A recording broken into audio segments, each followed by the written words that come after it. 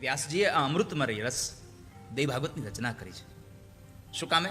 તો કહે છે કે કળયુગના અલ્પજીવી જે જીવાત્માઓ છે, સદાચાર રહિત જે લોકો જીવન જીવે છે, ઓછી આયુષ્યવાળા છે, એને કેમ આનંદ મળે એના માટે થઈને દેવી ભાગવતની રચના ભગવાન વ્યાસે કરી છે. આ અમૃત સમાન છે, આ કથામૃત છે. અમૃતમાં કથામૃતમાં એટલો તફાવત છે. અમૃતને પીવે એ એકલો અમર થાય, અને કથામૃત પીવે એની 71 પેઢી અમૃત થઈ જાય, અમર થઈ જાય. અમૃત પીવે એ એકલો અમર બને, અને કથામૃત પીવે એની પેઢીઓ અમર થઈ જાય આખી.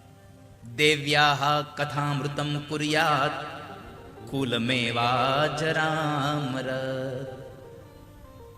દેવી ભાગવતના નામનું જે કથાનું પાન કરે છે એની આખું કુળ પવિત્ર, કુળ એનું અમર થઈ જાય.